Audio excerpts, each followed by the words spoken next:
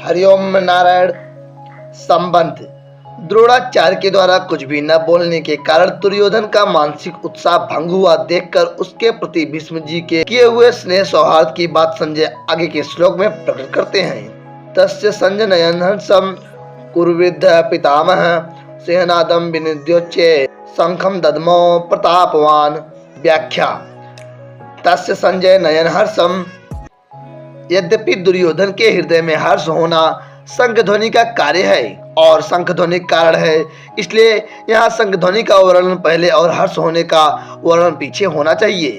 अर्थात यहाँ शंख बजाते हुए दुर्योधन को हर्षित किया ऐसा कहा जाना चाहिए, परंतु यहाँ ऐसा न कहकर यही कहा है कि दुर्योधन को हर्षित करते हुए भीष्म जी ने शंख बजाया। कारण कि ऐसा कहकर संजय यह भाव प्रकट करते हैं कि पितामह भीष्म की शंखनाद क्रिया मात्र से दुर्योधन के हृदय में हर्ष उत्पन्न हो ही जाएगा। भीष्म जी के इस प्रभाव को द्योतन करने के लिए संजय आगे प्रतापवान विशेषण देते हैं। कुरुवृद्ध।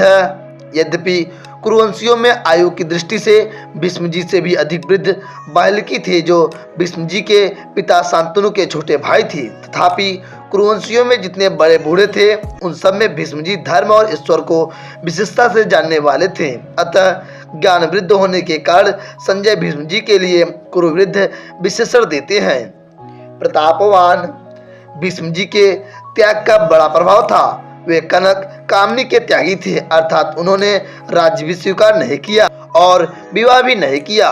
भीष्म जी अस्त्र शस्त्र को चलाने में बड़े निपुण थे और शास्त्र के भी बड़े जानकार थे। उनके इन दोनों गुणों का भी लोगों पर बड़ा प्रभाव था। जब अकेले भीष्म अपने भाई विचित्रवीर्य के लिए काशीराज की कन्याओं को स्वयंवर से हर कर ला रहे थे, तब वहां स्वयंवर के लिए इकट्ठे हुए सब क्षत्रिय उन पर टूट पड़े, परंतु अकेले भीष्म जी ने उन सबको हरा दिया। जिनसे भीष्म अस्त्र की विद्या पढ़े थे, उन गुरु परशुराम जी के सामने भी उन्होंने अपनी हार स्वीकार नहीं की। इस प्रकार शस्त्र के विषय में उनका क्षत्रियों पर बड़ा प्रभाव था। जब भीष्म जी सरसैया पर सोए थे, तब भगवान श्री कृष्ण ने ही कहा था धर्मराज को कि आपको धर्म के विषय में कोई भी शंका हो तो भीष्म जी से पूछ लें, क्योंकि शास्त्र ज्ञान का सूर्य अस्ताचल को जा रहा है, अर्थात भीष्म जी इस लोक से जा रहे हैं। इस प्रकार शास्त्र के विषय में उनका दूसरों पर बड़ा प्रभाव था। पितामह। इस पद का आशय यह मालूम देता है कि दुर्योधन के द्वारा चालाकी से कही गई बातों का द्रोणाचार्य ने कोई उत्तर नहीं दिया। उन्होंने यही समझा कि दुर्योधन चालाकी से मेरे को ठगना चाहता है, इसलिए वे चुप ही रहे। परंतु पितामह दादा होने के नाते भीष्म जी को दुर्योधन की चालाकी में उसका बचपना दिखता है। अतः पितामह भीष्म द्रोणाचार्य के समान चुप न रहकर वात्सल भाव के कारण दुर्योधन को हर्षित करते हुए शंख बजाते हैं। सिंहनादम विनोद्योच्चे शंखम दद्मो।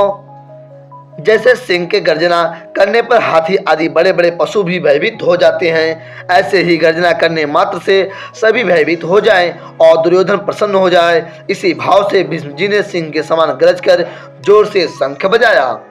परिशिष्ट भाव।